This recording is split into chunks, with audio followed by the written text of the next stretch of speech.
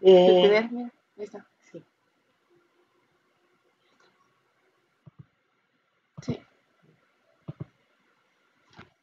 les voy a compartir pantalla. ¿Está grabando?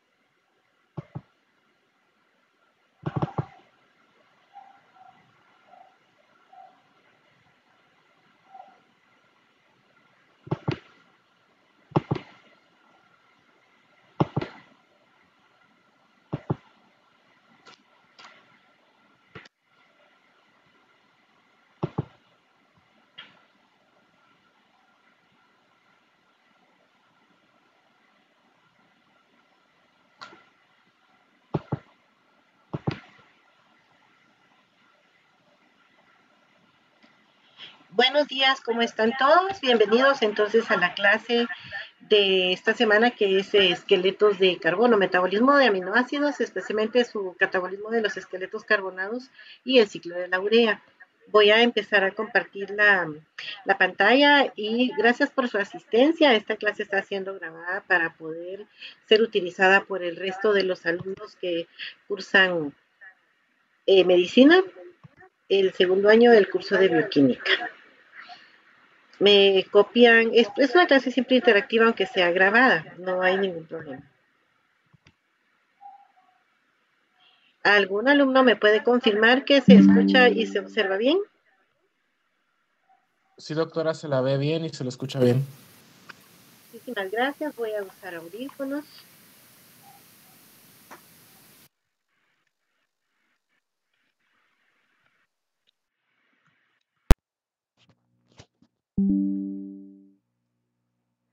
Muy bien, empezamos.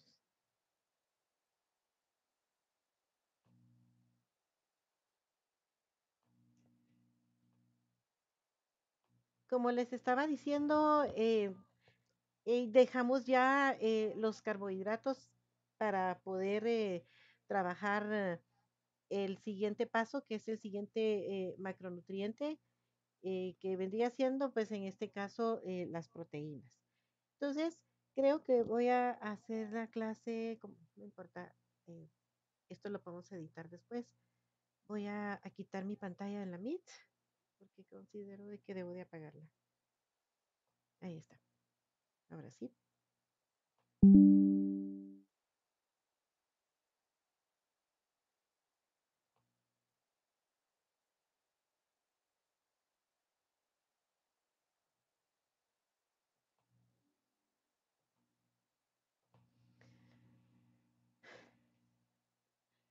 Entonces, hemos estado viendo cómo es de importante en cuanto a nuestra alimentación, el ciclo alimentación-ayuno, qué hace el cuerpo, cómo responde a los diferentes momentos de nuestro ciclo de vida, se podría decir. Y en la célula, pues hay mucha actividad las 24 horas del día, los 365 días de la semana, muchachos. Entonces, pues ahora vemos qué pasa con el otro macronutriente como lo es los aminoácidos.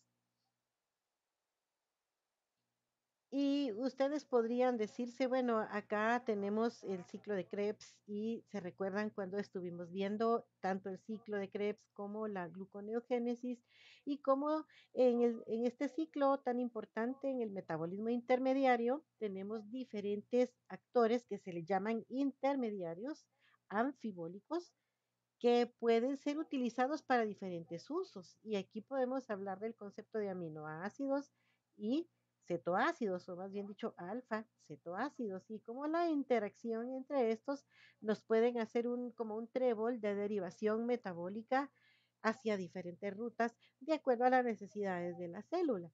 Entonces, acá en este esquema de Harvey Ferrier, yo les muestro acá en esta sombrita blanca cómo tenemos acá, pues, a la glucólisis, la vía central del metabolismo, a sus diferentes derivaciones y cómo continuaba hacia esta parte que está aquí en azul. ¿verdad? Esta sombreada blanca es, en este caso, ese metabolismo intermedio que estamos viendo, que tiene que ver también con el catabolismo de los aminoácidos. Y aquí ya he hecho zoom en esta flecha azul, vemos entonces resaltado en este color a los intermediarios del ciclo de Krebs que son más importantes o que se utilizan más comúnmente para todas estas derivaciones que necesitamos. Entonces, se recuerdan que tenemos el piruvato como producto de la glucólisis, que el cual se descarboxila y da lugar a la acetilcoenzima A, que da lugar al ciclo de Krebs, que inicia el ciclo de Krebs, pero que en un momento dado también se va a derivar hacia un cuerpo cetónico que se llama cetoacetato y esta interacción que la vamos a ver en el metabolismo de los lípidos, esta interacción se da también comúnmente para poder hacer esas conexiones entre diferentes rutas metabólicas. Tenemos al alfa-cetoglutarato, a la succinilcoenzima A, al fumarato y al oxaloacetato como los intermediarios más importantes a donde vienen a derivar todos estos aminoácidos, que aquí los vemos ya no resumidos, ya no abreviados, mejor dicho, sino que con sus nombres, ¿verdad? Entonces tenemos que al glutamato, tomemos por ejemplo al alfa-cetoglutarato, ¿verdad? Que siempre va a estar haciendo mucha interacción con el aminoácido glutamato, que a su vez también se va a interconvertir a otros aminoácidos que podemos ver arginina, histidina, glutamina, prolina, por ejemplo, y así vamos viendo diferentes aminoácidos que en conjunto por ciertas características van a ser convertidos en su correspondiente el intercambio, ¿verdad? Del grupo amino con los esqueletos carbonados van siendo como más específicos entre un alfa-cetoácido y su aminoácido correspondiente. Y ustedes pueden ver acá dentro de los intermediarios del ciclo de Krebs los que están relacionados directamente con sus aminoácidos correspondientes. Y les puedo yo resaltar que, por ejemplo, el oxalacetato con el aspartato y también con la asparagina van a hacer mucho trabajo en conjunto. De la misma manera, piruvato especialmente con alanina, pero también junto con la alanina están otros aminoácidos que pueden llegar a ser piruvato y poder dirigirse hacia donde se necesite, ¿verdad? Tenemos especialmente entonces resaltando a estos, a oxalacetato, a alanina y a glutamato, ¿verdad? Y para poder entrar, introducirse a este ciclo importante. Al final, entonces, si lo podemos ver de diferentes maneras, con diferentes esquemas, de los diferentes textos que podamos revisar, podemos encontrar que se nos hace muy fácil irlo entendiendo y no importa si nosotros iniciamos aquí a las 12 del reloj el ciclo de Krebs o lo iniciamos a las 6 de la tarde, lo importante es de que las interacciones van a ser las mismas, ¿verdad? Y quiero que recuerden que por ejemplo, si nosotros ponemos a observar al oxalacetato, ¿verdad? Y cómo se puede llegar a través de estos aminoácidos y cómo este puede continuar el ciclo de Krebs eh, o puede llegar hacia la formación de glucosa de nuevo, ¿verdad? Eh, esta interacción va a ser importante que nosotros conozcamos ciertas reacciones bioquímicas fundamentales para este aspecto. Pero antes, con esta ilustración, contarles de que pues el hombre, ¿verdad? Eh, a esas alturas de la vida del ser humano, ha hecho mucho por conocer el espacio, ¿verdad? Ha volado, ¿verdad? Y conocido lo que nos rodea aquí en la Tierra. Sin embargo, también el hombre es totalmente dependiente como ser humano que es, ¿verdad? De todos los demás seres vivos que interactúan en este mundo, en esta tierra. Y ustedes sepan que en un momento dado empezamos a hablar de un elemento muy importante que es el nitrógeno, que se encuentra básicamente es en la naturaleza, pero especialmente lo tenemos rodeándonos, ¿no? El nitrógeno atmosférico es muy importante. Y desde los meros inicios de la vida, nosotros tenemos que recibir ese nitrógeno, pero tenemos que hacerlo disponible para el cuerpo. Y entonces surgieron las primeras reacciones metabólicas, si lo queremos decir así, el primer entendimiento bioquímico de cómo este nitrógeno de la atmósfera podía entrar a nuestro cuerpo para poder suplir todas las necesidades y todas esas interacciones metabólicas, ¿verdad? De esa manera, entonces nosotros vamos conociendo enzimas muy importantes que podemos nosotros ver aquí. Por ejemplo, hablando del nitrógeno, el término fijación del nitrógeno, ¿verdad? Que es, o sea, cómo lo captamos desde el ambiente, desde la atmósfera, y entonces las bacterias muy importantes ahí con sus nitrogenasas bacterianas, ¿verdad? Que pueden ser desde reductasas y complejos, ¿verdad? De enzimáticos importantes a este nivel, de tal manera que nosotros captamos el nitrógeno y lo primero que tenemos que hacer es reducirlo. Y lo tenemos que reducir, por ejemplo, a un NH4, que ya vamos a ir identificando los diferentes términos acá, el cual entonces a su vez de las bacterias a las plantas y luego de los animales que consumen plantas y que también tienen bacterias, ¿verdad? En sus dietas y cómo ellos ya pueden formar proteínas desde aquí, ¿verdad? Tenemos entonces la formación de proteínas, aminoácidos y compuestos nitrogenados, pero lo importante es que formamos aminoácidos. Y ustedes ya saben que los aminoácidos pues están formados por nucleótidos. Y ya sabemos cómo está formado un nucleótido, que este no es la clase para describirlo porque ya lo hemos visto y lo vamos a volver a ver después, pero que nosotros podemos decir que podemos tener entonces dentro de estas podemos resaltar a ciertas enzimas muy importantes que sirven para incorporar el amoníaco, ¿verdad? A través de esta glutamato deshidrogenasa y las glutaminas sintetasa, dentro de las primeras enzimas que han sido relacionadas a los meros inicios de la existencia del ser humano que para subsistir, debe de alimentarse, debe de adquirir de la naturaleza en la que se desenvuelve todos esos elementos. De tal manera entonces que de todo lo que nosotros vemos acá, resaltamos también al glutamato, que tiene un papel muy central en todo este flujo de nitrógeno desde el espacio, los mamíferos, especialmente hasta nuestra alimentación, porque vamos a tener donantes y receptores de este grupo nitrogenado, que lo necesitamos, pero que en un momento dado también le tenemos que dar las gracias porque se nos podría interconvertir en algo tóxico que también tenemos que desechar. Y estas entonces son las primeras reacciones que nosotros podríamos decir que tienen que ver con lo esencial para la vida. De hecho, todo es esencial, pero especialmente que tenemos que hacer transferencias de este grupo, ¿verdad? Desde aminoácidos hasta las proteínas. Mejor dicho, desde el nitrógeno, aminoácidos y luego hablar de proteínas y luego hablar de cuerpo en general. Entonces, podemos hablar de lo que se llama nicho ecológico. El nicho ecológico no es nada más que la conceptualización del ambiente de cómo nosotros adquirimos el nitrógeno desde la atmósfera y llega a las plantas, ¿verdad? Y vuelve a la tierra. El animal come de las plantas y defeca. Y entonces alrededor de sus heces también que las deposita en la tierra, tenemos desecho de nitrógeno, es decir, vamos a decir lo que hace del número uno y del número dos y por allí viaja el nitrógeno y continúa este ciclo, ¿verdad? Compuestos con amoníaco, ¿verdad? Nitratos que forman parte de la tierra. Ustedes pueden escuchar fertilizantes ricos en nitratos. Por ejemplo, si han oído hablar de la propaganda de lo que concierne a la farmacología de la tierra.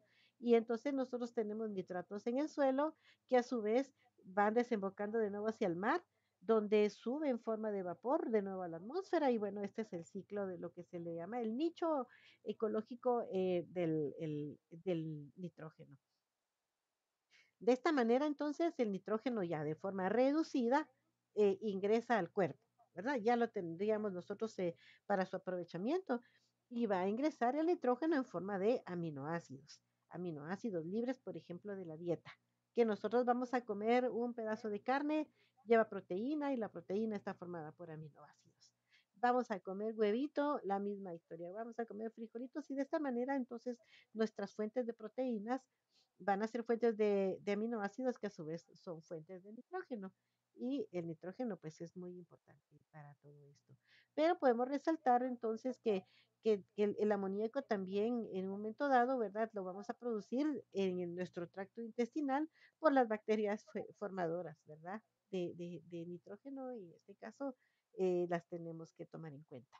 Bueno, entonces vamos a empezar a tomar, tomen nota, si ya están listos ahí, ¿verdad? Con su, con su laptop, con su libro, su marcador. vamos apuntando que tenemos a las enzimas principales destacadas, la glutamato deshidrogenasa y la glutamina sintasa o sintetasa, ¿verdad? Se le puede decir. De hecho, también tenemos a las aminotransferasas, pero en este caso son estas todavía mucho más trascendentales por el papel que desempeñan en este flujo. Acá también puedo destacarles que desde ya cuando hablamos de nitrógeno, nosotros podemos hablar desde cómo está haciendo el nitrógeno reducido, si es un NH2, es el grupo amino o amida, con N de niño o con D de dedo, amino o amida. El NH3, mucho ojo porque ese es el amoníaco, ¿verdad? El que es importante porque le tenemos que seguir la pista porque en exceso es muy tóxico, dice su libro y todos los textos que este sí tenemos que manejarlo con cuidado y podemos tener una forma todavía más reducida que ya no es tan tóxica que es el amonio. Entonces, al final, es importante que todos estos, ¿verdad? Todos los organismos vivos en un momento dado efectúan estas interconversiones del amoníaco, ¿verdad? En este caso, a través del glutamato y la glutamina, respectivamente, para poder llevar a cabo esa conversión o esa interacción entre entre el aminoácido cualquiera, ¿verdad? Especialmente el glutamato y glutamina para poder trasladar este nitrógeno. Entonces, lo que les quiero resaltar en esta parte es de que el NH3 y el NH2, ¿verdad? Estos son libres, ¿verdad? Se transfieren de una manera libre, ¿verdad? A diferentes esqueletos de carbono y ahí es donde ya tomamos en cuenta a las otras dos enzimas, mejor dicho, a las otro grupo enzimático, que son las transaminasas, bajo los términos que yo les pongo aquí de dos colores para que ustedes se vayan familiarizando con los términos. Transaminación, ¿verdad? Y transamidación, si estamos hablando de NH3, es transaminación, y si es NH2, es transamidación, ¿verdad? Que se van intercambiando entre ellos el grupo nitrogenado y luego también podemos deshacernos de él a través de lo que se llama desaminación y que generalmente se hace por un proceso oxidativo, como lo vamos a ver dentro de poco. Entonces, en este esquema yo quiero explicarles que cuando nosotros estamos formados de proteína, ¿verdad? Y ahí está el chico formando, haciendo así, como hacen los luchadores, enseñando el músculo, enseñando el six-pack, etcétera. Y tenemos también a las chicas demostrando un bonito músculo. Por ejemplo, los deportistas, todo esto, ¿verdad? Estamos hablando que es proteína.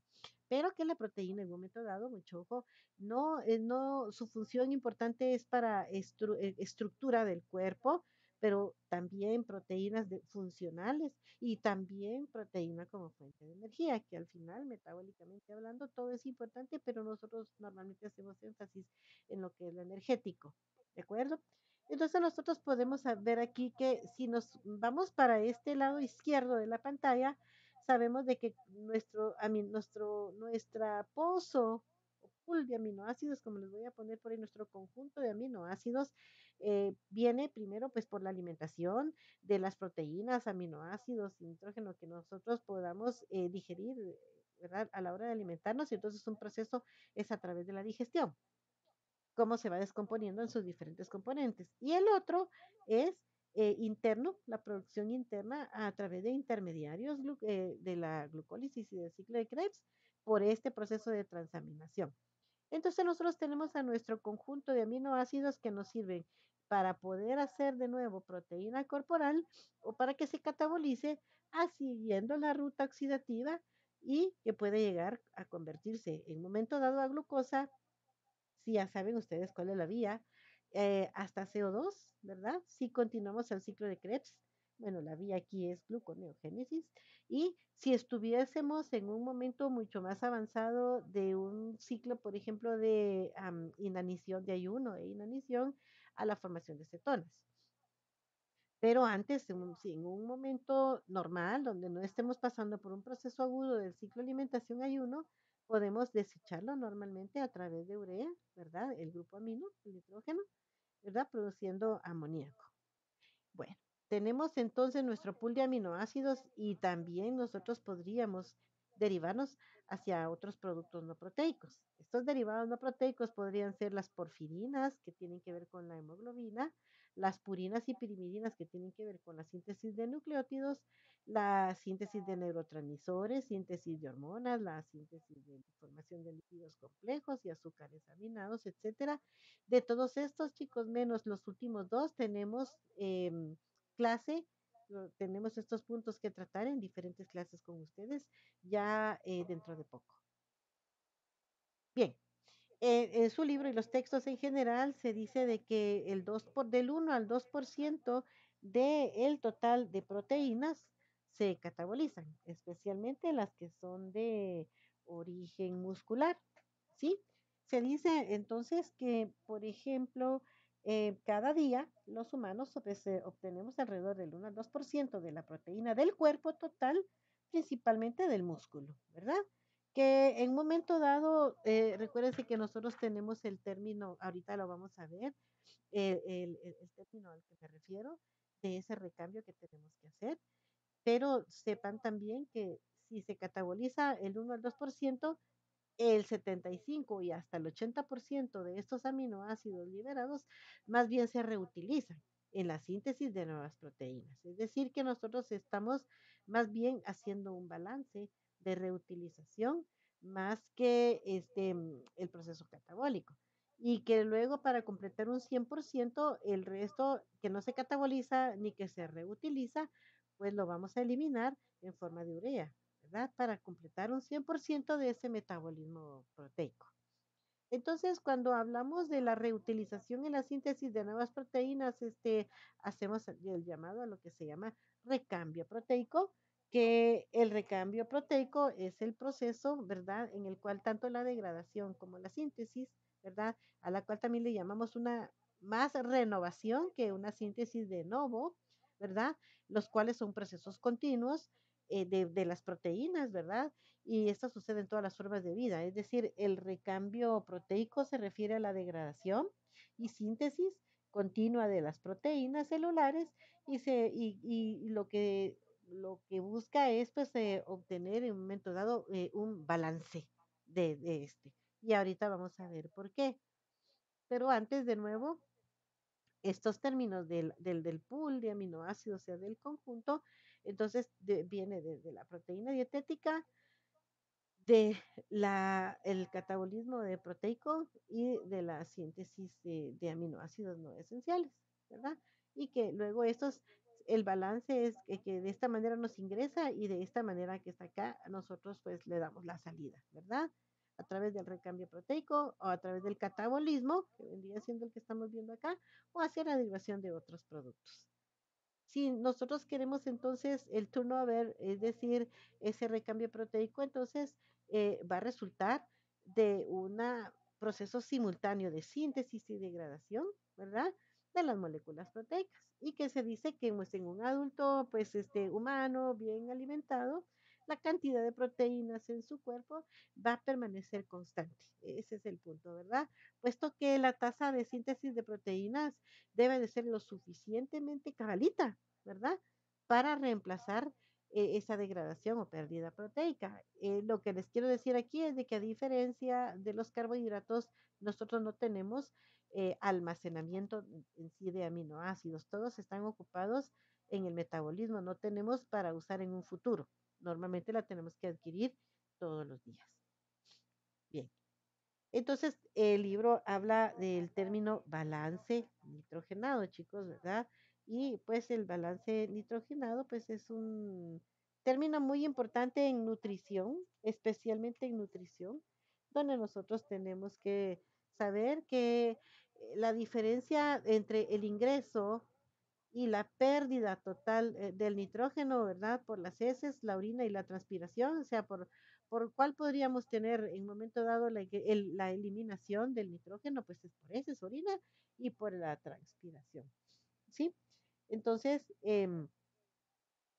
hablamos de lo que se llama un balance nitrogenado positivo y un balance nitrogenado negativo.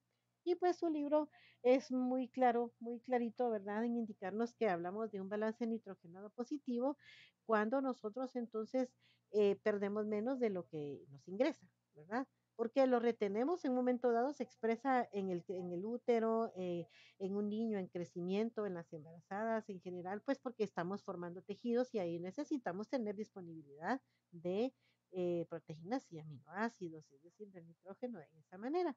Y lo contrario, el balance nitrogenado negativo es cuando nosotros perdemos mucho más de lo que, o sea, estamos sacando mucho más de lo que nos está ingresando, hablando de esa constancia.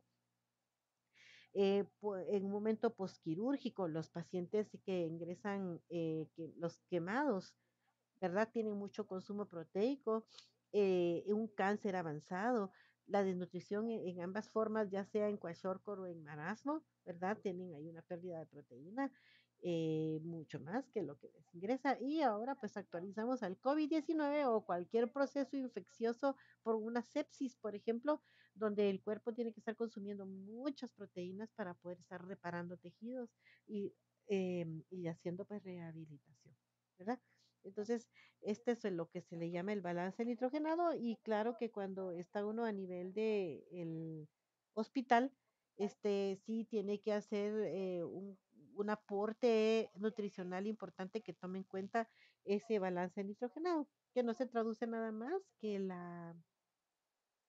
que el aporte de acuerdo a las pérdidas que estaría teniendo nuestro paciente. Y hablando del almacenamiento de energía en el cuerpo, este cuadrito pues es bastante general, importante que no me gusta quitarlo para que ustedes vean, ¿verdad? Hemos dicho que no hay manera de almacenamiento de aminoácidos en el cuerpo que se pueda utilizar en un futuro. Entonces, siempre día a día nosotros necesitamos proteína, ¿verdad? Para mantener el organismo saludable. Entonces, ya sea que lo ingiramos de la dieta o que el cuerpo lo esté haciendo ese recambio constante, ¿verdad? Para poder tener todas esas funciones. Su libro habla de que nosotros tenemos tasas de recambio diferentes para cada proteína y tenemos que las proteínas hepáticas las tenemos pues con un recambio que son bastante constantes, no es tan rápido. Luego tenemos unas intermedias que son las de mantenimiento, dice como por ejemplo todas las de la glucólisis y me imagino o procesos alrededor que tienen más o menos un cierto promedio de vida en horas, que es hasta 100, 150 horas. Las hepáticas pueden ser de 30 hasta 150, perdón, las de mantenimiento de 100 hasta 100 horas, pero tenemos aquellas proteínas que tienen que recambiarse constantemente porque se desgastan mucho como las reguladoras. Y en proteínas reguladoras sí tenemos una gran gama clasificada en cuanto a sus funciones, pero sí les puedo decir que es importantísimo, ¿verdad? Que esas proteínas pues no se recambian todas a un mismo ritmo. Lo importante acá es de que, por ejemplo, el recambio de la proteína muscular, si el corazón y ciertos tejidos, pues el recambio es constante. Acá tenemos entonces que las que sí en carbohidratos, hablando de carbohidratos, el glucógeno del hígado, el hepático, el muscular y la glucosa que está libre, ¿verdad? En los fluidos corporales, en un momento dado nos van proporcionando suficientes calorías pues para el trabajo metabólico y se dice que es a una tasa de, de, am, a una tasa de 4 kilocalorías por gramo. Lo mismo sucede para las proteínas, ¿verdad? Y si ustedes hacen sus cálculos, todos estos es dividible dentro de 4, ¿verdad? 7 por 4, 28, entonces tenemos 70 a 4 kilocalorías por gramo, nos dan 280 calorías, o sea, dependiendo del peso, ¿verdad? De cuánto pesa el glucógeno en el cuerpo, si tenemos 120 gramos de glucógeno muscular, ahí tenemos pues 480 kilocalorías listas para disponer, que casi que nos da lo de un tiempo de comida, que no debe de pasar para ser una normal de 500, ¿verdad? En una persona promedio. Eh, etcétera, aquí con lo que es el de glucosa. Y si vemos las proteínas también, ¿verdad? A una tasa de 4 kilocalorías, 6 por 4, 24, entonces acá tenemos el balance de que si tenemos 6.000 gramos, ¿verdad? De peso por todas las proteínas musculares que forman nuestro cuerpo, pues entonces tenemos 24.000 kilocalorías ahí disponibles. Que por eso es de que cuando estamos en etapas ya avanzaditas de falta de alimentación, Entonces, estas nos ayudan a sostener la vida pues por un tiempo más prolongado. Ya los mecanismos ustedes los conocen. Ahora, si se dan cuenta que no hemos visto el tema de los lípidos, la tasa de utilización, ¿verdad? En este caso, la energía viene alrededor de 9 kilocalorías por gramo, ¿verdad? Y esto pues es en el tejido adiposo y pues por 15.000 gramos que podamos tener, dependiendo de qué tan gorditos seamos, ¿verdad? Podemos llegar a tener pues las kilocalorías necesarias ahí guardaditas, ¿verdad? Que al final también terminan utilizando dependiendo de qué estamos viviendo, ¿verdad? Entonces, esto es muy interesante porque nos sirve a nosotros en el tema nutricional cuando estamos manejando pacientes donde tengamos que hacer este tipo de intervenciones que nos lleven a mantener la nutrición apropiada de un paciente en un estado crítico donde necesite estos elementos para poder sacar adelante pues, su recuperación. Bueno.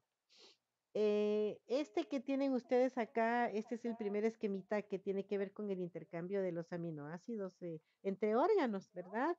Y que nos ayuda para poder ver ese papel clave que tiene en un momento dado este flujo, especialmente de este aminoácido alanina, ¿verdad? Que tiene desde el músculo, desde el intestino, si es por la digestión o si viene siendo pues por recuperado a través de ciertas reacciones que deben ser captado por el hígado y el hígado pues en un momento dado, ¿verdad?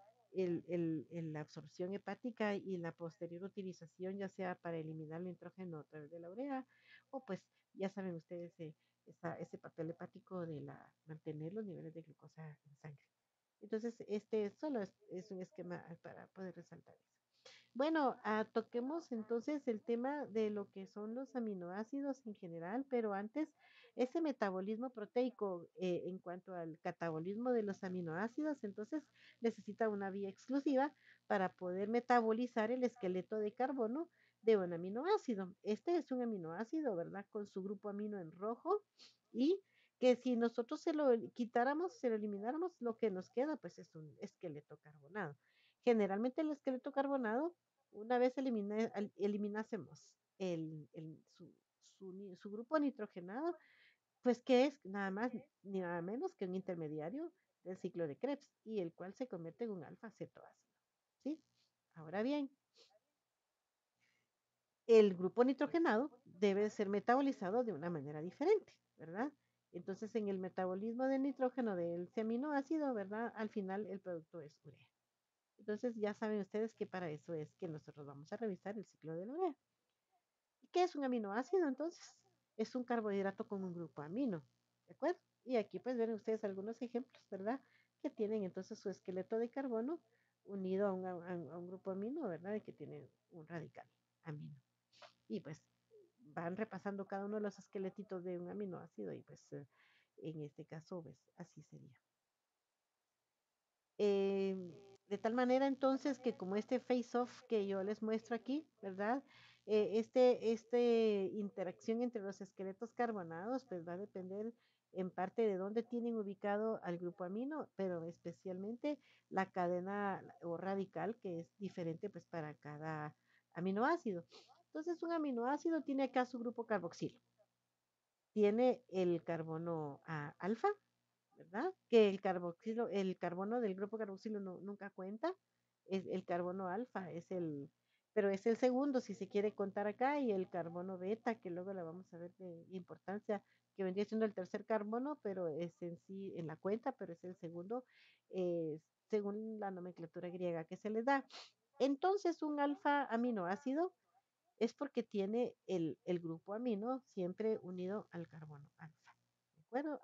Van a haber otros grupos aminos de acuerdo al radical que tiene, por ejemplo, este que miran acá, tiene otro grupo amino acá, pero este nada que ver con el carbono alfa. El que cuenta es el que siempre está unido al carbono alfa. ¿De acuerdo? Entonces, este es el componente de un aminoácido.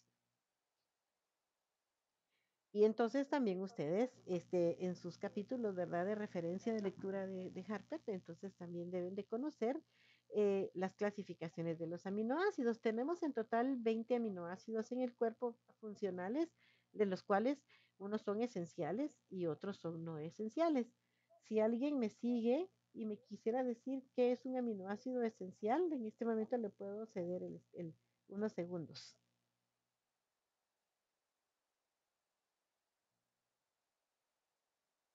Bien, entonces un aminoácido esencial que ustedes los ven acá, y fíjense que de una manera pues muy natural, de esos 20 aminoácidos tenemos 10 y 10.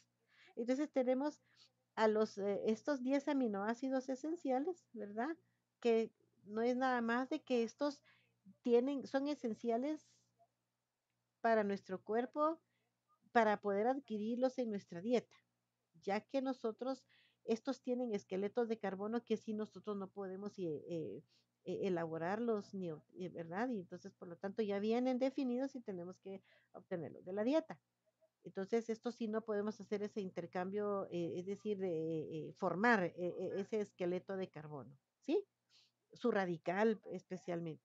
Y bueno, tenemos los que no son esenciales, que ya el término pues es lo contrario, ¿verdad? Que en eso sí podemos nosotros disponer de los esqueletos de carbono, ya saben de dónde los vamos a obtener, ¿verdad? Los anfibólicos y entonces los podemos formar a partir de intermediarios de las vías metabólicas. Y esa es la diferencia entre un aminoácido esencial y un no esencial.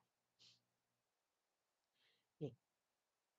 Entonces, una vez tenemos clasificados entre esenciales y no esenciales, también tenemos que saber que tenemos aminoácidos glucogénicos y aminoácidos cetogénicos.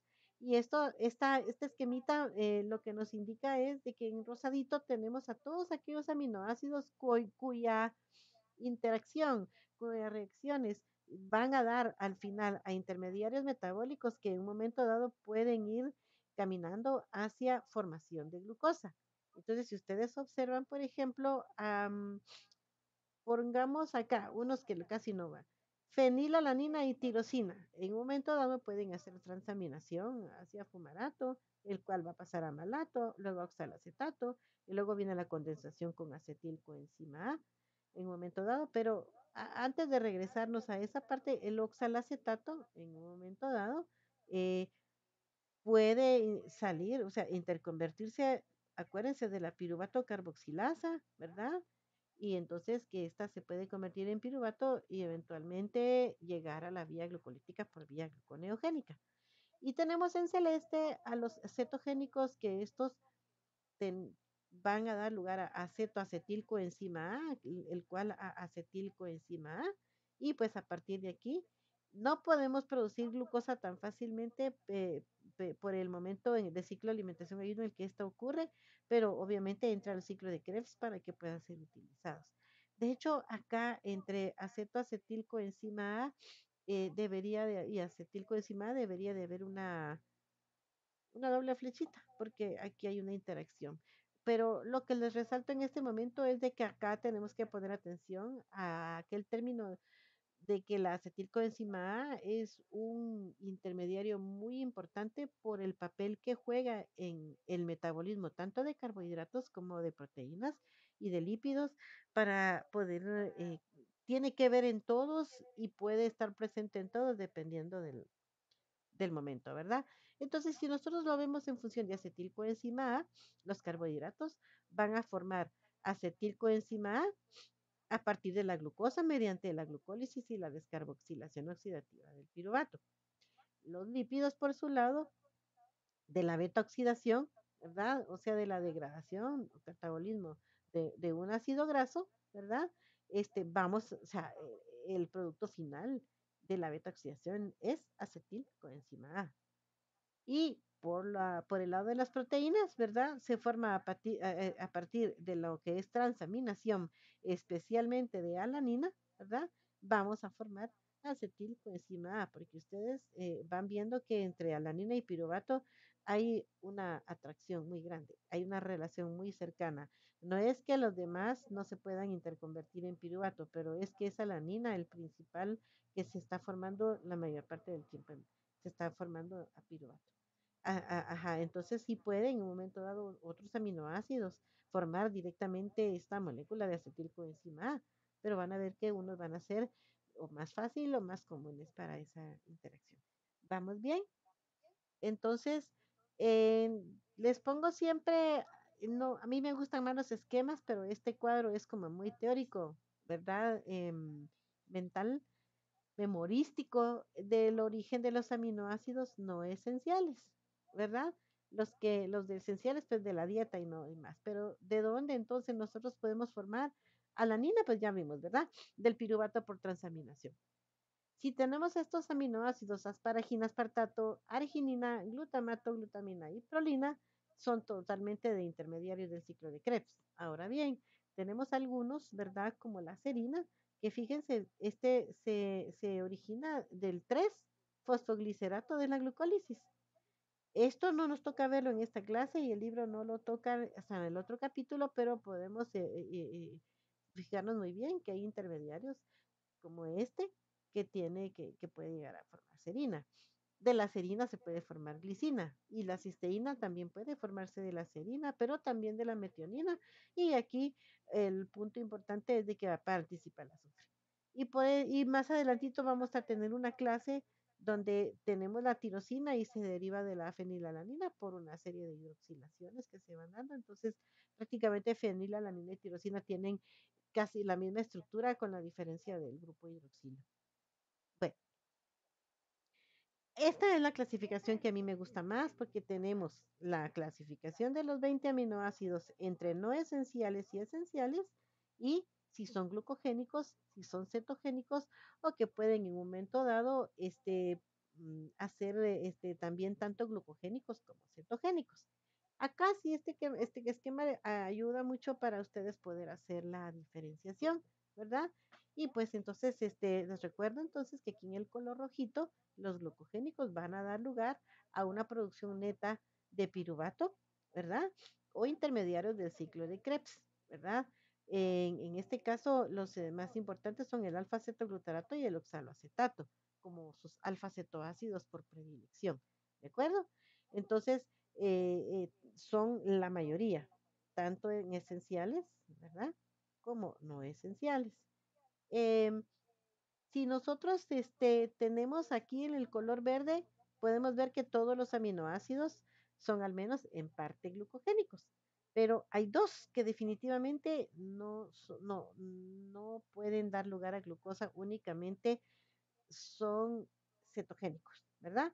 Y están aquí en verde y para que a ustedes se les quede en un momento dado son los únicos que empiezan con la letra L, ¿sí? Entonces, cuando ustedes les pregunten cuáles son los exclusivamente cetogénicos, pues solo se recuerdan de la letra L y entonces ya tenemos allí cuáles son. Entonces, estos únicamente van a dar lugar a acetoacetilcoenzima o a ya sea la propia acetilcoenzima A, ¿verdad? Pero en ese momento ninguno puede traer la producción neta de glucosa y ustedes saben que estamos hablando de lo que nos interesa en este caso, pues es la obtención de energía. ¿De acuerdo? Ahora este esquemita que tienen acá es también como un mnemotécnico. Tenemos a los que empiezan con L como L, ¿verdad? Leucina y lisina como propiamente exclusivamente cetogénicos, los que pueden ser tanto cetogénicos como glucogénicos, entonces acá fenilalanina, isoleucina, lisina, tirosina y triptófano, si se los ponen en este orden, se puede leer para abajo como fil, como filtri. Si yo les quiero quitar aquí filtri, entonces ustedes se pueden acordar de la palabra filtro, o filtreo, etcétera, pero el filtri, entonces con nosotros podemos descartar filtri más las que empiezan con L y podemos tener cuáles son los puramente glucogénicos, exclusivamente glucogénicos, ¿verdad? Aquí lo único que haría falta es dividirlos entre los cuales son esenciales y cuáles no son esenciales, pero yo para eso no tengo mnemotécnico, pero este sí ya les queda. Entonces, si nosotros tenemos una etapa de exceso dietético, especialmente ricos de aquellos carnívoros por excelencia o que comen carne muy seguido, mucha proteína, ¿verdad? Entonces, si nosotros tenemos un exceso de esto, el nitrógeno puede ser potencialmente tóxico, ¿verdad? Este debe de ser eliminado de los aminoácidos. Entonces, tenemos las siguientes vías para poder eliminar ese nitrógeno. ¿Cuál es el nitrógeno potencialmente tóxico? El amoníaco. Bueno, entonces tenemos a la reacción de transaminación, a la desaminación oxidativa y en sí lo que es la formación de urea. Son eh, los tres mecanismos por los cuales las células eliminan el nitrógeno, que puede ser potencialmente tóxico, especialmente para el cerebro. Y acá, entonces, este esquemita que se me atrasó, debía estar más adelantadito, nada más era para nuevamente clasificarlos en las diferentes maneras, ¿verdad? Pero este, acá el acetato le decía, ¿verdad? Que es hacia la formación de cuerpos cetónicos y los cuerpos cetónicos son una fuente energética que usa el cerebro cuando ya no tiene provisión de glucosa, entonces siempre es muy importante, ¿verdad? Y como tanto a través de la glucosa como a través de lo que son los aminoácidos, nosotros podemos llegar a la producción de cuerpos cetónicos. Lo demás es pura clasificación y creo que aquí sí está dividido, aparte de todo, de si son exclusivamente, por ejemplo, acá, ¿verdad? En celestito, los que pueden dar origen a, cetogénicos serían los celestitos, estarían los moraditos que vienen dándoles especialmente a, a ambas vías y no, miento, los amarillos, sí, a ambas. Y aquí sí creo que puede haber clasificación entre esenciales y no esenciales. Igual denle un screenshot y lo revisan. Bien. Entonces nosotros, hablando entonces de estos mecanismos, ya podemos hablar de ciertas, ya con más propiedad de las enzimas. Entonces repasemos. El nitrógeno convertido en ciertos aminoácidos excedentes que no fueron reutilizados, no se pueden almacenar, sino deben ser degradados de inmediato. Eso sí, de inmediato. Entonces, para ello, el grupo amino debe de sufrir transaminación o desaminación oxidativa y transportar el amoníaco y desecharlo, ¿verdad? A través del ciclo de la urea. Este es el mecanismo que su libro lo tiene ahí muy delimitado, como los 4 pasos. Hablemos de las enzimas que se encargan de la transaminación. ¿Verdad? De transporte o de transferencia, de transa en general, las aminotransferasas, transferasas de grupo amino.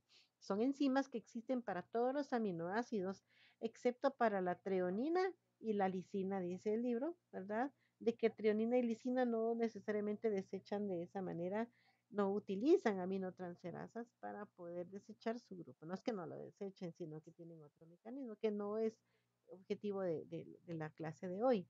Tenemos 2 clases de aminotransferasas séricas que han sido utilizadas como marcadores clínicos muy importantes, por eso sí no las tenemos que conocer muy bien.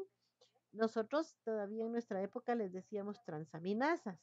Ahora generalmente las nuevas generaciones la literatura las llama aminotransferasas, ¿verdad? Son séricas y está la glutamato oxalacetato aminotransferasa que se le llama AST, ¿verdad? Que también llamada aspartato aminotransferasa. Entonces, tenemos acá al aspartato como su base de origen del nombre, ¿verdad? Aspartato aminotransferasa, pero antes se le llamaba glutamato oxalacetato aminotransferasa, como más académicamente, porque ya sabíamos de qué se estaba hablando, ¿verdad? Nosotros le llamábamos el ATGO, todavía van a encontrar ustedes en el hospital, les ordenan, por favor, hagámosle pruebas hepáticas, incluyen TGO y TGP, ¿verdad? Entonces ustedes ya saben, tiene que ser oxalacetato. La glutamato siempre va a estar presente, o sea que esta que no les sirva de, de, de, mm, de que los desvíe, sino del objetivo, sino que es el oxalacetato o el piruvato. Y oxalacetato va con aspartato y el piruvato va con alanina. Entonces, la glutamato piruvato aminotransferasa, que en inglés es CGTP, pero nosotros le llamamos TGP o al LT de alanina, ALT. Entonces, está la clasificación, si ustedes se dan cuenta, ¿verdad? Internacional. Entonces, ambas están en el grupo 2, que son las transferasas, ¿verdad? Transferencias de grupo. Entonces, muy importante para que ustedes se las aprendan. Para mí, se las pongo en rojo como AST y como ALT y como TGO o TGP, porque son las dos maneras como aquí en nuestro país, ¿verdad? No será en otros lados, pero acá así las van a entender y así ustedes no se pierden cuando les estén diciendo. Esta es la reacción representativa como dice su libro que hay una fórmula y todo, pero nosotros tampoco, el objetivo es que se aprendan la fórmula, es de que conozcan cómo es la reacción representativa. Y esta que está acá es la que tiene la imagen que está en su libro, ¿verdad? Como nosotros tenemos acá el aminoácido con su alfa-cetoácido, que al desaminarse, que al transaminar, mejor dicho, que al transferirlo, nos va a dar el aminoácido, se convierte en un alfa-cetoácido y el alfa-cetoácido que recibió se convierte en un nuevo aminoácido. Veámoslo mejor en esta. Entonces, los compuestos más comunes implicados como donante receptor de la reacción representativa de una transaminación van a ser glutamato y alfa-cetoglutarato. Glutamato donando, que dona el grupo amino. ¿Y quién recibe el grupo amino? Pues el alfa-cetoglutarato, ¿verdad? Y el cetoácido se convirtió en un aminoácido, ¿verdad? Que es el que lo recibe. Bueno, la enzima entonces, nuestra transaminasa, o sea, aminotransferasa, tiene algo muy importante que no tienen que olvidar porque es una parte súper importante, que tiene una coenzima fundamental para su trabajo, que es la vitamina B6. ¿Cómo se llama la vitamina B6? Piridoxina, pero que en este caso su forma activa, ¿verdad? Como coenzima es el fosfato de piridoxal, ¿sí? O piridoxal fosfato, como ustedes le quieran decir. Esta reacción, si ustedes se dan cuenta, es libremente, su libro dice, es libremente reversible, ¿verdad? Tiene una constante de equilibrio cercana a la unidad. Tiene que ser fácilmente regresable, si se quiere decir así, para que, para que esto fluya en las dos vías sin mayor oposición. Entonces, la reacción representativa viene siendo esta y la vamos a repetir acá, en este otro esquema de Harvey-Ferrier. Entonces, la transaminación va a funcionar en varios tipos de reacciones. Por ejemplo, la síntesis proteica, obviamente, en los mecanismos de desintoxicación, obviamente, ¿verdad? Y parte del proceso de eliminación del nitrógeno de los aminoácidos, que no necesariamente para desintoxicar, pero sí siempre para poder eliminar. Entonces, les voy a repetir siempre hasta que ya se les quede, ¿verdad? Alanina, el aminoácido alanina, en la mayoría de sus, o sea, de sus transaminaciones, siempre alanina y piruvato, ¿verdad? Alanina se va a convertir en piruvato o piruvato en alanina, ¿sí? Y el alfa-cetoglutarato se va a convertir en glutamato. Entonces, si nosotros tenemos alanina más alfa-cetoglutarato al hacer la transaminación, entonces nos queda piruvato y glutamato. En el caso de la alanina aminotransferasa, la ALT. En el caso del aspartato aminotransferasa, la AST, entonces el aspartato, ¿verdad? Viene siendo nuestro aminoácido que va a hacer las transaminaciones lo más comúnmente con oxaloacetato, ¿sí? Entonces, el oxaloacetato con el glutamato, ¿verdad? Entonces, va a recibir, en este caso, ¿verdad? Al amino del glutamato y el oxalacetato se va a convertir en aspartato y el glutamato, pues, en alfa-cetoglutarato. Bien, esto es, ustedes lo vuelvo a repetir para que ustedes lo tengan siempre muy claro. Tenemos en amarillo, ¿verdad? El aminoácido y aquí que el otro aminoácido y en celeste pues los cetoácidos. Entonces, si nosotros tenemos si la enzima es la ALT, la alanina aminotransferasa, lo más probable es de que esta sea la alanina.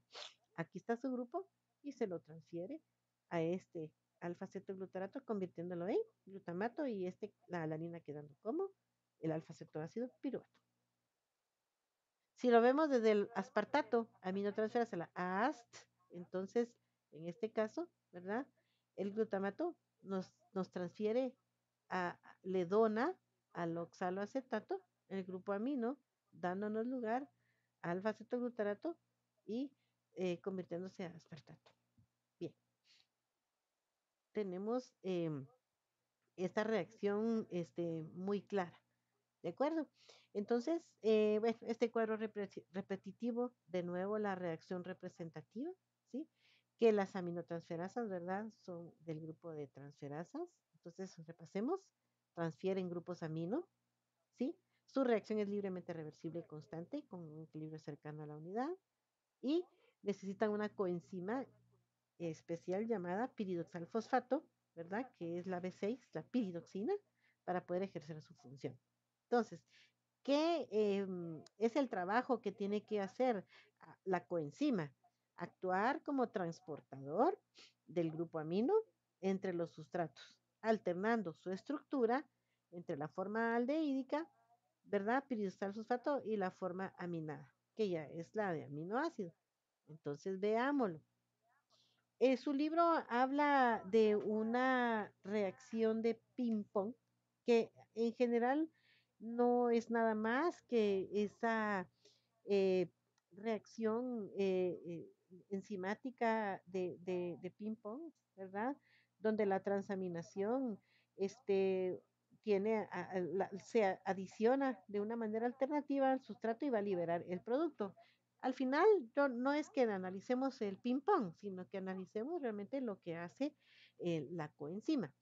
Entonces, tenemos glutamato con su grupo, miren, acá está en el alfa, ¿verdad? Aquí está en el carbono alfa, está el aminoácido. Entonces tenemos acá el glutamato. Bien, y aquí tenemos al alfa-cetoglutarato y aquí se nos unió la coenzima. En este momento está aquí unida el fosfato de piridoxal con esta estructura. Entonces, va a recibir el glutamato, primero se lo pasa a la coenzima y lo recibe a este nivel. En este momento ya no se llama piridoxal fosfato, sino que se llama piridoxamina, o sea, piridox más una amina, piridoxamina, fosfato, porque ese no se modifica, es parte de su estructura. Esto queda de esta manera, ¿va? Entonces lo jalamos para acá, que es lo mismo. Se dice su libro que en ese momento está formando una base de shift, es decir, porque está amortiguando el golpe, ¿verdad? Entonces, se puede decir el golpe energético que lleva en la reacción de que para no solo se lo pega, digamos, directamente, es como hacer un pase excelente en el básquetbol. No, si se llega el jugador desde una cancha y se va rebotando, rebotando hasta la otra, casi no se da un pase bonito, importante, o sea, para no fallar. Si se va directamente rebotando la pelota, cualquiera le puede botar en el camino, interferirlo y entonces la jugada queda frustrada. Sin embargo, si hacemos un bonito pase al jugador apropiado, se le pasa y el jugador apropiado hace el movimiento correcto para poder anotar, digamos, si lo quieren ver así. Entonces acá está, y entonces automáticamente cuando tiene esa base de sheet formada, ¿verdad? Ya la piroxamina lo suelta muy bien y se lo pasa a otro, al esqueleto, ¿verdad? Se lo pasa al alfa-cetoglutarato formando aspartato, el aminoácido aspartato y el glutamato quedando como salacetato. Y eso es más que todo la transferencia. Por eso es importante el fosfato de piridoxal, para hacer ese pase de una manera pues fija y segura. Así está en la naturaleza. Bueno, entonces en estas siguientes dos diapositivas les queda de nuevo, ¿verdad? En colorcitos, ¿verdad? Como van quedando, tenemos entonces a la alanina, ¿verdad? Para formarnos piruvato a través de jugar con el alfa-cetoglutarato y teniendo el glutamato ahí para poder tener, ser el producto de ese traspaso del grupo amino. Ahora solo les quería resaltar que la asparagina es parte fundamental del trabajo del aspartato, ¿verdad? Para poder pasarse a oxaloacetato. En el sentido de que a través si tenemos asparagina presente por acción de la asparaginasa, ¿sí? Que es una hidratasa que introduciendo agua nos quita, si se dan cuenta, la asparagina trae dos grupos amino, ¿verdad? Trae dos nitrógenos, uno lo trae a este nivel y otro lo trae en este otro nivel, ¿verdad? Ninguno de los dos está en el amino. Entonces necesitamos quitar uno para que quede, ¿verdad?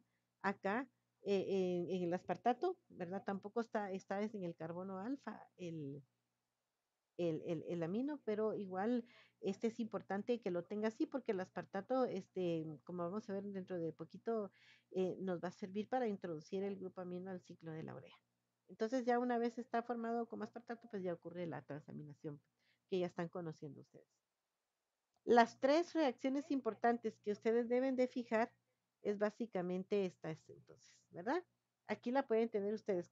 ¿Cómo tenemos a piruvato, a oxalacetato y a alfa-cetoglutarato como nuestros tres em, esqueletos de carbono, ¿verdad? Amino, em, estos, ¿verdad? Carbonos, ¿cómo se? Alfa-cetoácidos, ¿verdad? Y nuestros tres aminoácidos importantes en la mayoría de reacciones que siempre van a estar en la jugada, alanina, aspartato y glutamato. Por eso quiero que los tengan claros ahí. Me imagino que hicieron el screenshot respectivo. Eh, las reacciones de transaminación principalmente tienen localización citoplasmática, ¿verdad? Y generalmente abundan en el hígado, obviamente en el corazón y en el músculo. Y esto, pues lo único que traigo yo a colación es de que el hígado es el principal órgano activo en estos procesos de transaminación. Obviamente luego vendría el músculo y en el corazón, que el músculo cardíaco, es importante la ALT, ¿verdad? La de alanina. No es la enzima principal para detectar un infarto al corazón, pero sí forma parte del paquete del panel que uno utiliza cuando está manejando un caso de un probable infarto. Son otras las enzimas que lo vimos en la clase de enzimática, pero para recordarles de que estas transaminasas también, por su actividad, esta alanina, especialmente la ALT, forma parte de ese panel para diagnosticar bioquímicamente un infarto. Bien. Entonces vamos pasando por otros temitas, ¿verdad? Hablábamos entonces de la importancia de la asparaginasa precediendo la formación de aspartato, más que todo porque es un precursor de un intermediario del ciclo de la urea, que es la ornitina, ¿verdad? Y entonces lo vamos a ver dentro de poquito. Ese es un aspecto importante. Por otro lado, de la alanina, como hemos dicho, ¿verdad? En ese gasto de aminoácidos, ¿verdad? Entre músculo, intestino y el hígado especialmente, y esa captación entonces tenemos que hablar de de un ciclo muy importante que es la interacción entre el músculo y el hígado, ¿sí? Que ahorita lo vamos a revisar, que ustedes ya saben de cuál se trata, pero que se trata de que tengamos, que el músculo nos produce alanina, el cual es captado por el hígado, y el hígado por vía gluconeogénica nos lleva a exportar glucosa que nuevamente entra al hígado, ¿verdad? Como un ciclo, y el cual hace glucólisis y entonces de piruvato transamina hacia alanina y así se ve el ciclo. Este es el ciclo de glucosa-alanina. Es muy importante desde dos puntos de vista. Para transportar amoníaco desde los músculos hasta el hígado, donde nuestra enzima, ¿verdad? ALT, tiene la función importante aquí, ya sea para entregar el esqueleto de carbono, ¿verdad? Y también el nitrógeno entre el músculo y el hígado. Entonces, ¿bajo qué? Bajo la forma de alanina. Simple, ciclo de glucosa-alanina. Entonces, tenemos acá la proteína muscular, ¿verdad? Que se degradó a aminoácidos en ese recambio que se hace, el cual el aminoácido en un momento dado prosiguió, ¿verdad? Su catabolismo y llegó a este grupo amino, en este caso, pues aquí lo tenemos como NH4, el cual en un momento dado fue fijado hacia el glutamato. Ya una vez en forma de glutamato, por ahí llegó piruvato, producto de la glucólisis, ¿verdad? Aquí en el músculo. Y entonces está presente nuestra alanina aminotransferasa para hacernos la transaminación correspondiente, dejándonos alfa-cetoglutarato y la alanina que sale del músculo viaja por la sangre, ingresa al hígado, vuelve a haber transaminación de la misma enzima, isoenzima hepática, ¿verdad? Siempre el alfa-cetoglutarato presente en el hepático, haciéndola para la nueva formación de piruvato y de glutamato. El glutamato en este caso, entonces otra vez, ¿verdad? Le vamos a quitar el grupo amino porque ese ya lo queremos eliminar a través del ciclo que lo va a convertir en urea, mientras que el piruvato por gluconeogénesis vuelve a ser formado en glucosa, la cual sale del hígado por la sangre, vuelve a ingresar al músculo y el ciclo se repite, ¿verdad? Esto es lo más importante que nosotros tenemos que ver acá, la importancia de la enzima, haciendo, ¿verdad?, su presencia en ambos tejidos y para poder transportar el amoníaco por un lado, ¿sí? Y proveyendo esqueleto de carbono por otro lado. ¿verdad? Para poder hacer esa fijación. Entonces, acá tienen ustedes el ciclo de la glucosa alanina y esa interacción que tienen, ¿verdad? Quiero ver, creo que, bueno, acá nada más entonces recordarles que si tenemos aquí a partir de alanina, tenemos acá con esta reacción de transaminación un predecesor del ciclo de la urea. Viniendo de alanina, ¿verdad? Haciendo la transaminación. Entonces nos vamos a ir a poder eliminar este grupo amino, ¿verdad? Acá, y que hay utilización de ATP. Lo vamos a ver en un poquito más adelante. Pero antes hablemos de la siguiente reacción que se llama desaminación oxidativa del glutamato. Y la desaminación, desaminación, perdón, entonces es ya aquí, no es que estemos transfiriéndonos el grupo amino, aquí lo queremos despachar un poquito, ¿sí? Queremos decir, ok, mejor, ya lo vamos a eliminar porque creo que tenemos algún exceso por ahí, ¿verdad? Entonces, ¿qué es lo que necesitamos? Pues una enzima, ¿se recuerdan? La glutamato deshidrogenasa, que me encanta esta enzima porque es bien potente, es bien interactiva, es bien, em, la glutamato deshidrogenasa realiza la transferencia del nitrógeno, ¿verdad? Amino del alfa cetoglutarato, ¿verdad? Lo va a transformar, ¿verdad? En dos vías, como ahorita lo vamos a ver en la siguiente, ¿sí? Entonces, si nos referimos a L-glutamato de cirugenasa, especialmente hepática, porque es la más activa, ¿verdad? Ustedes se dan cuenta aquí que podemos ver aquí NAD y entre paréntesis el grupo fosfato, y aquí la podemos ver en forma reducida, ¿verdad? Ya sea con o sin el fosfato. Ahorita vamos a explicar esto. Lo único que quiero explicarles ahí es que la conversión del nitrógeno, ¿verdad? Alfa amino en amoníaco, ¿verdad? Necesita una acción concertada de ambos procesos, pero eso lo vemos ahorita en un momentito más. Lo otro que les quiero decir es de que esta enzima tiene una regulación alostérica muy importante. Recuérdense que va a ser activada alostéricamente por ADP y GDP y va a ser inhibida alostéricamente por ATP y GTP.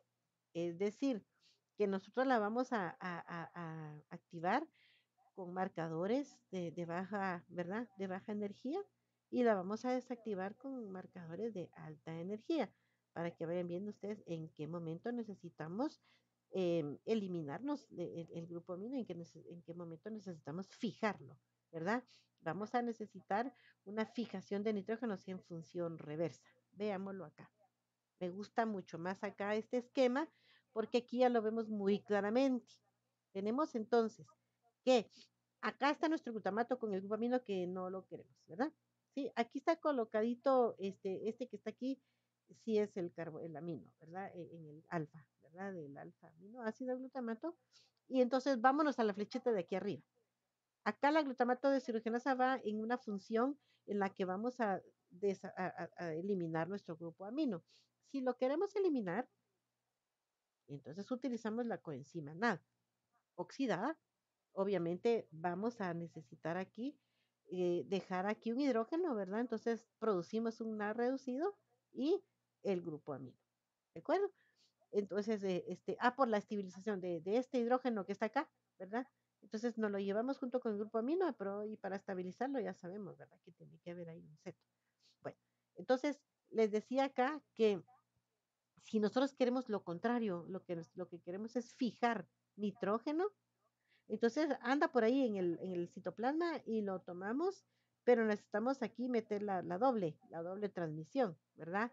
Que ya usamos entonces el NAD fosfatado, el cual íbamos a utilizar reducido para poder tener un donante de hidrógeno, ¿verdad? Y poder meter a este tipo, a esta estructura, meter nuestro grupo amino, así de simple, ¿verdad? Entonces, de alfa cetoglutarato aquí en este caso ya no viene siendo el receptor, sino que el donante, ¿verdad?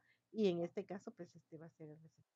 Pero yo les decía que me encanta esta enzima porque es un super transformer y entonces yo les ponía aquí un transformer, ¿verdad? ¿Alguien se recuerda de cómo se llama este transformer que está aquí?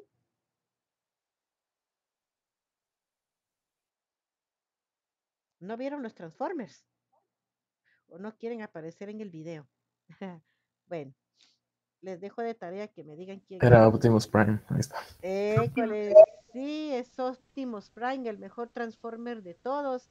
Entonces yo les podría decir que la enzima, nuestra enzima, glutamato de cirugenasa, es como un Optimus Prime porque tiene esa potencia para poder transformarse dependiendo de lo que el cuerpo necesite.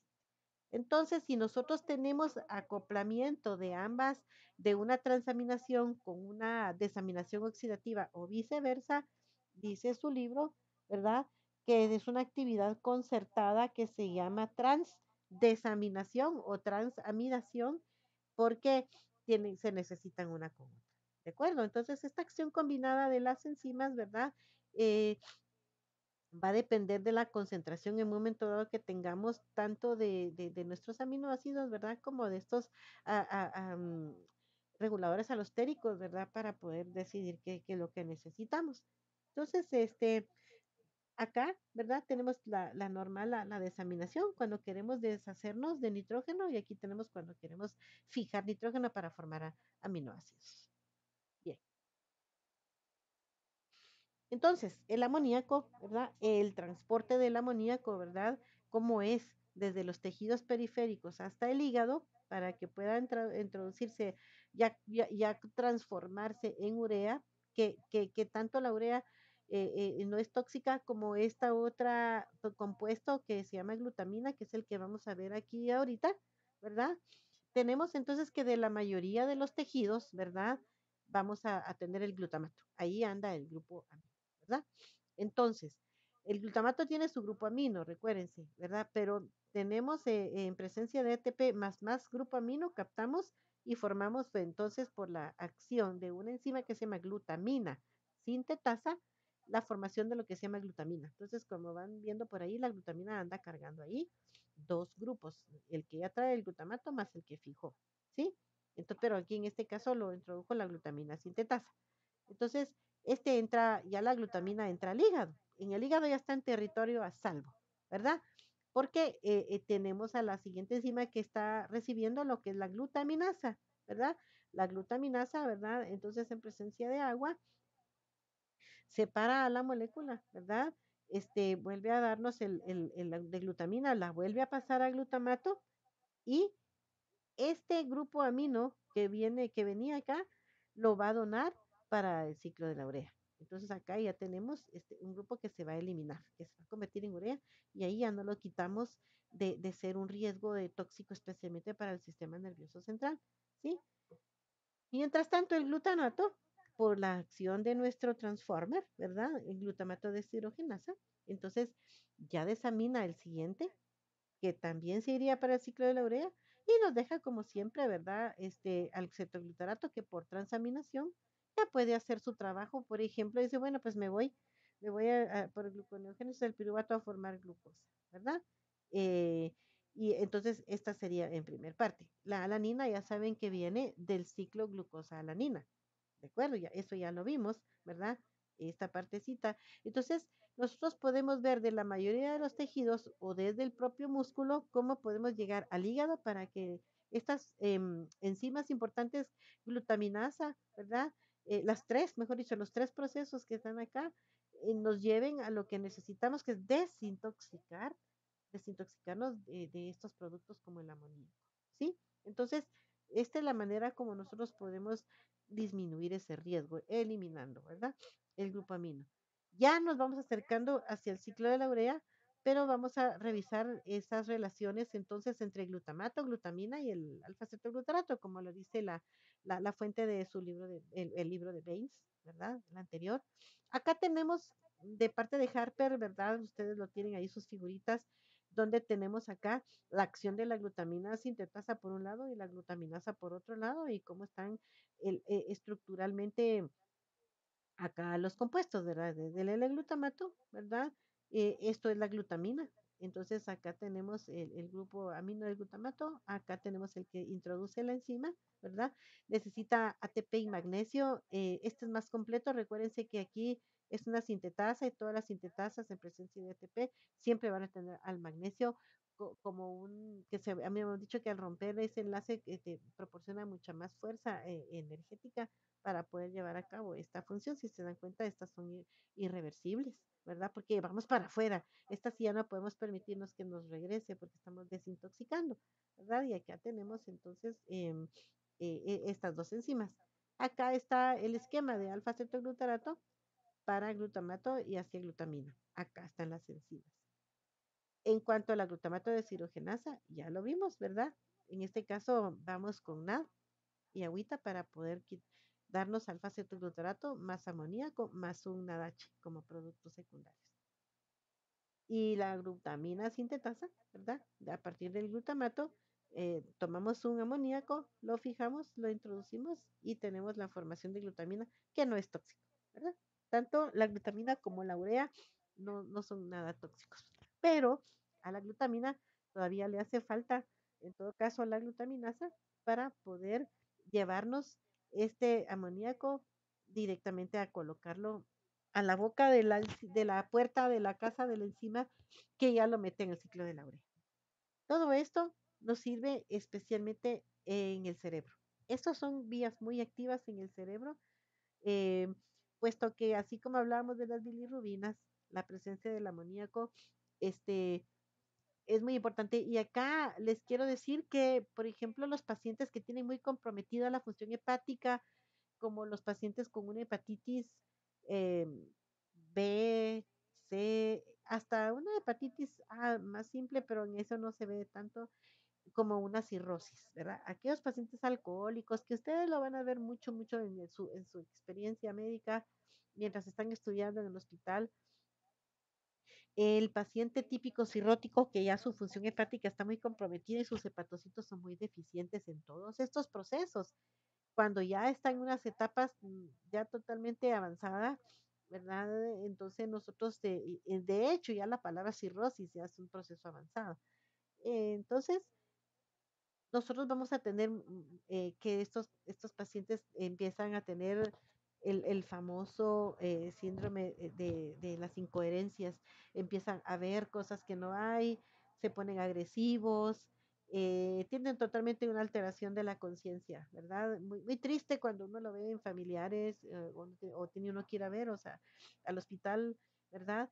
Y otra cosa que ustedes van a notar que estos pacientes que orinan o ya les tienen pañal, ¿verdad? Empiezan a orinar color naranja. No como el naranja que estamos viendo aquí en la glutamina, quizás un poco más palidito, como que si ustedes de tarea dijeran, bueno, voy a ir a la tienda y me voy a comprar una Orange Crush y la voy a vaciar sobre servilletas o sobre un pañal que compraron eh, o las mujeres en una toallita sanitaria, algo que absorba. Y ustedes pueden ver ahí un pacientito que tiene niveles altos de amoníaco, ¿verdad? O incluso de amonio, por su proceso cirrótico, empiezan a orinar de ese color. Entonces ustedes no se pierden porque, este paciente ya totalmente, es un signo más que todo, pues, ¿verdad? De cardinal que nos dice ya las etapas muy terminales, ya ahí es irreversible, ¿verdad? Entonces, parte de la barrera hematoencefálica la constituyen los astrocitos que están intermediando entre una neurona, ¿verdad? Este es a grosso modo, pero es de la página de bioquímica, ¿verdad? Médica, en español. Entonces, de donde venimos, por ejemplo, con todo lo que nos trae la circulación y ya llegó a las capilares cerebrales, ¿verdad? Y aquí viene amonio, miren, aquí está como NH4 y entonces viene y entró a través, el astrocito lo filtra, ¿verdad? El astrocito es rico en glutamina sintetasa, entonces viene y lo recibe directamente, ¿verdad? Y dice, no, no, no, aquí no me vas a pasar. Y lo mete y lo transforma en glutamina. Y decimos, tranquilo, aquí ya está controlado en forma de glutamina, ¿verdad? Entonces, viene, ¿verdad? Porque en presencia de glutamato, obviamente, con todo el proceso, y entonces tenemos que viene y ya lo puede manejar. Pero tenemos todos estos procesos presentes aquí también, tenemos glutaminasa, que aunque no sea en el hepatocito, ¿verdad?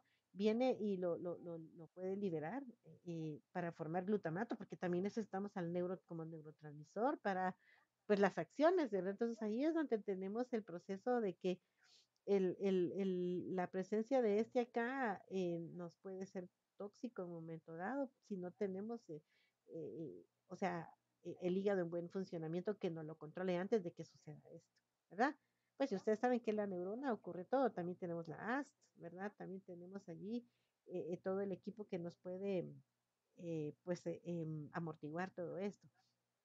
Pero bueno, entonces este viene siendo un ejemplo muy, muy somero de cómo esto, pues, porque es importante que lo tengamos.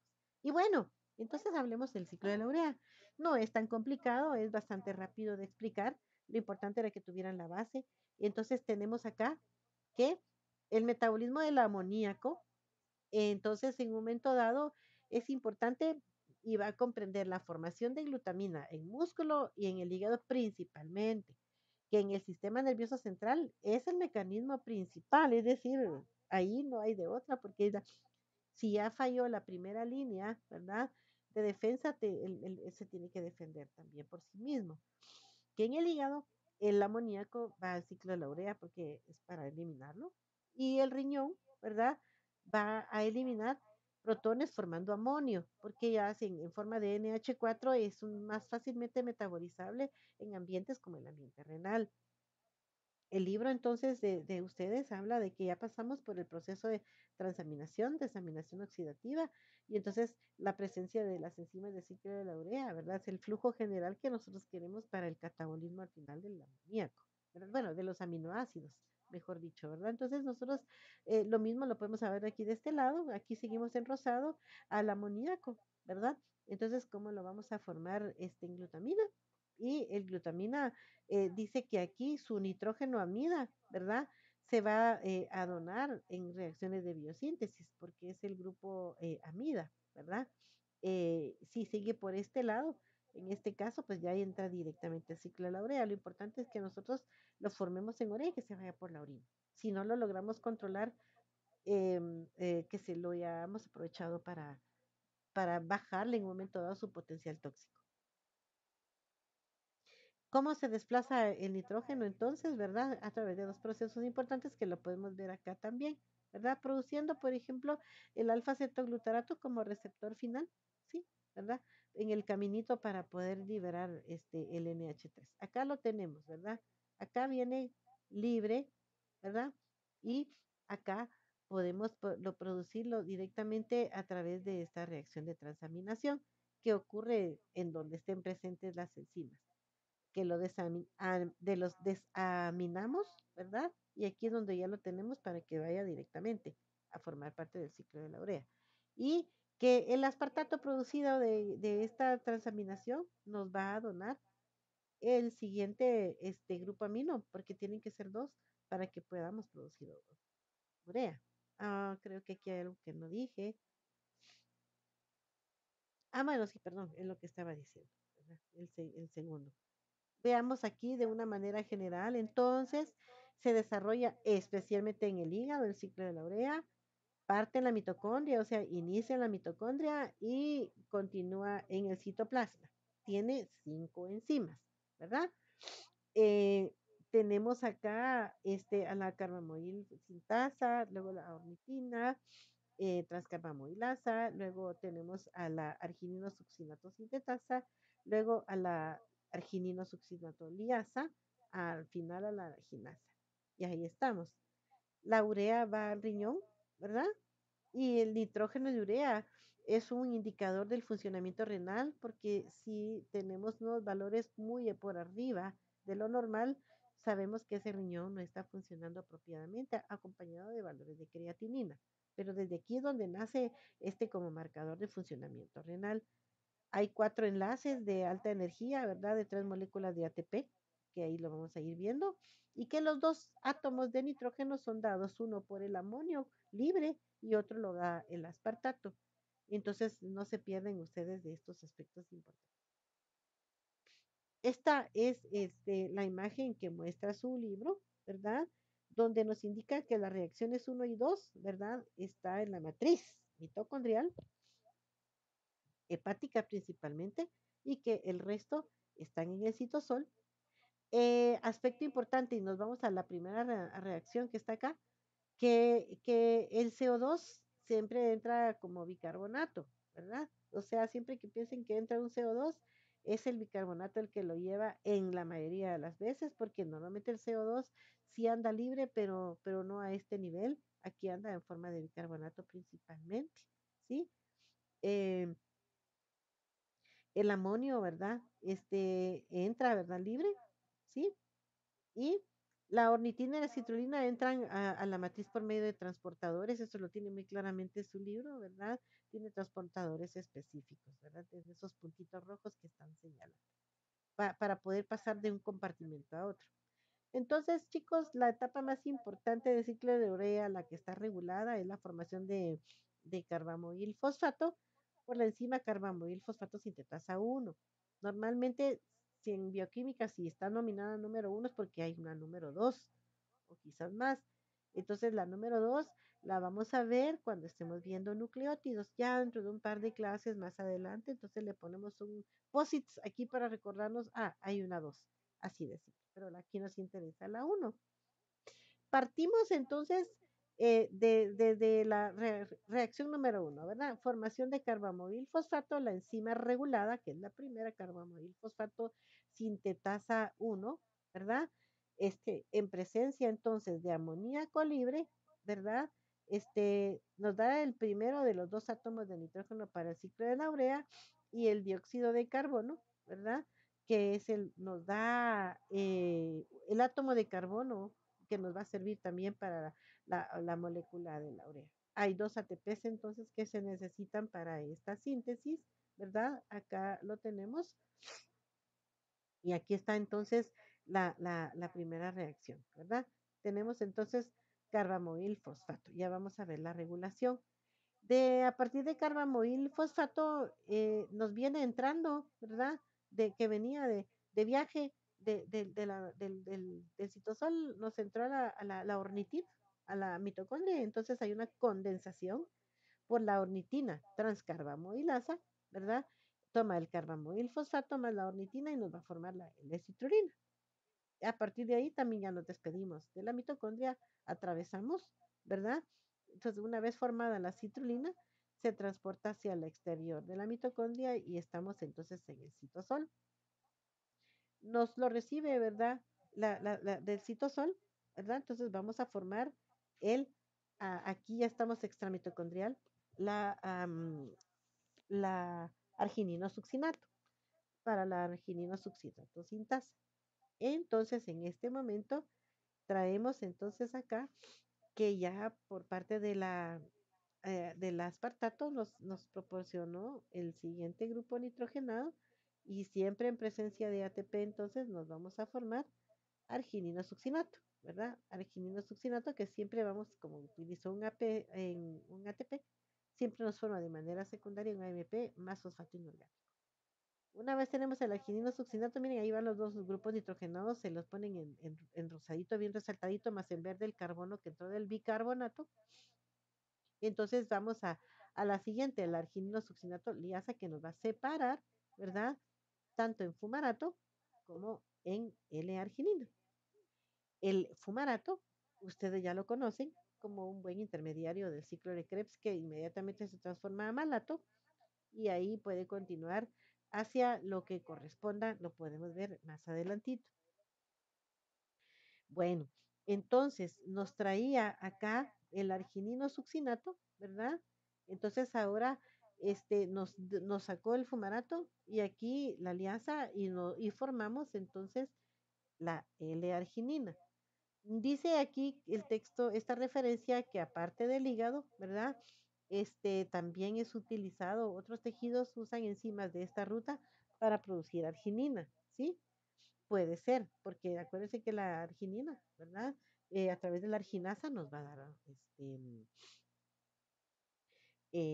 nos va a transformar en aspartato, pero aquí lo que importa es de que tenemos la formación de L-arginina y viene la última que se llama arginasa, que también nos va a hacer una separación allí.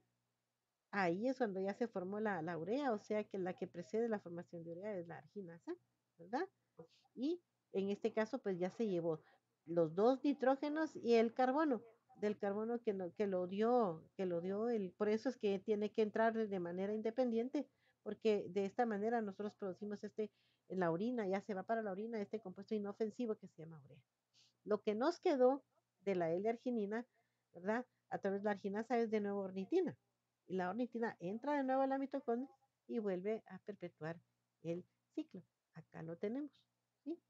Este se regenera y se transporta para poder seguir el ciclo, ¿de acuerdo? Entonces, con esta última disociación, pues ya tenemos la formación de urea. Este que está aquí es el esquema completito que yo les partí en pedacitos para que ustedes lo pudieran seguir con más detenimiento. Me gusta porque tiene exactamente bien resaltado en colores, ¿verdad? Y con estructura todo este proceso que se da para desintoxicar a la célula de este producto muy tóxico que es el amoníaco.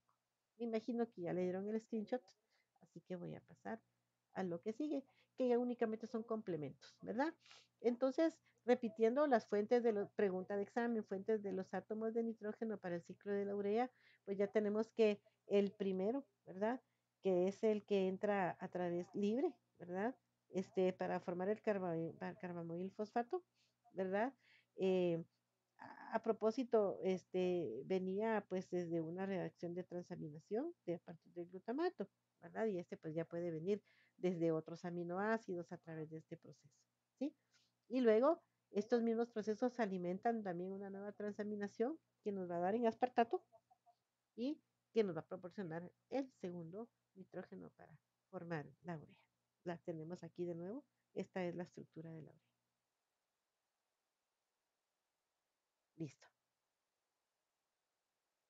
Estos que están acá, entonces, uno en verde es el primero y el rojo es el segundo.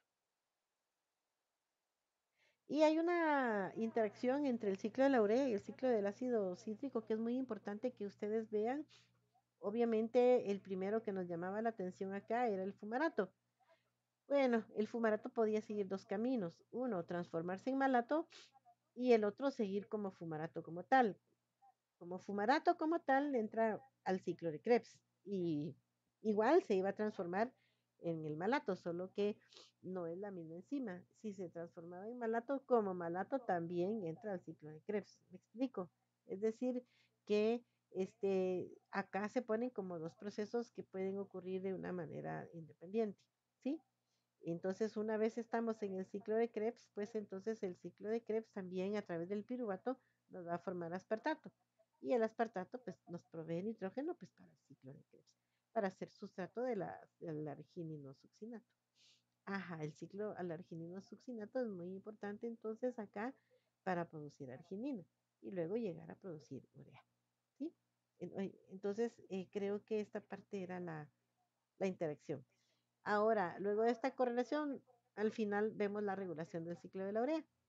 Bueno, pues tengan chicos que un aumento de la degradación de aminoácidos nos va a acelerar obviamente la formación de urea, pues porque entre más se degrade en un balance nitrogenado negativo, ¿verdad? Necesitamos desintoxicar para que no se nos forme, no se nos acumule este amoníaco tan tóxico, ¿verdad? Aumento del glutamato por transaminación, ese es el otro aspecto, ¿verdad? Que tenemos y por degradación vamos a tener un aumento de glutamato, eso pues está disponible allí para poder hacer transaminación y luego desaminación oxidativa y tenemos ahí mucho amonio libre.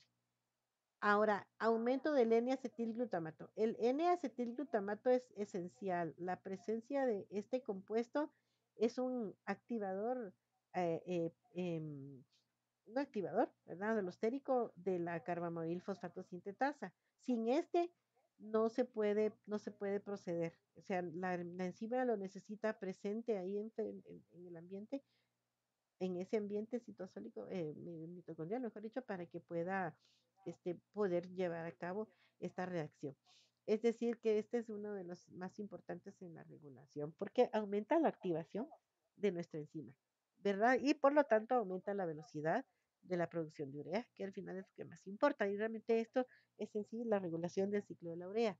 Existen enfermedades que cada una de las 5 enzimas del ciclo de la urea podrían tener por defectos genéticos, de manera hereditaria, tener problema de su expresión y dar lugares a enfermedades con síntomas muy comunes, que lo vamos a tocar también cuando veamos en la clase de errores innatos del metabolismo, pero desde aquí vamos colocando estos apuntes que nos llevan después a ver esos problemas que se dan. ¿Sí? Bueno, entonces, de nuevo, ¿verdad? La presencia de N-acetil glutamato, ¿verdad? Es muy importante. Este viene pues a través de la acetilcoenzima A y glutamato, ¿verdad? Y tenemos acá que la arginina pues es un activador alostérico positivo para que la sintasa pues pueda producirnos el N-acetilglutamato, ¿verdad? Una vez también se recicla y en un momento dado pues vuelve a disociarse en acetato y glutamato y vuelve a dar un ciclo para poder tener un proceso ahí también de regeneración, ¿sí? Lo importante es de que tengamos acá, ¿verdad? Este, estos procesos muy claros para poder nosotros tener siempre los procesos, todos bien diferenciados para ver en qué momento contribuyen a poder llevar a cabo todo este proceso, ¿sí? Bien. Al final, con esto, entonces, acá siempre les dejo este mapa del libro Harvey Ferrier, no es de Harper, porque Harper no tiene este ejercicio siempre de ir haciendo pues el esquema mental de que cómo se define, por ejemplo, el pool de aminoácidos, ¿verdad? Que es en un momento dado todo el conjunto que tenemos de aminoácidos, ¿verdad? En las células, ¿verdad? Y tanto en las células como en el fluido extracelular. ¿Verdad? Normalmente está consumido, ¿verdad? Por la síntesis de proteína corporal, por los aminoácidos que se utilizan en biosíntesis o en el metabolismo de los aminoácidos, que a su vez está regulado, ¿verdad? De manera por transcripción o que involucra vías biosintéticas, porque es síntesis, o también involucra pues intermediarios del metabolismo, ¿verdad? Ahora bien, este pool también está producido por la degradación de las proteínas corporales, por la síntesis de aminoácidos no esenciales y la degradación de la proteína dietética. Acá es donde está el balance, ¿verdad?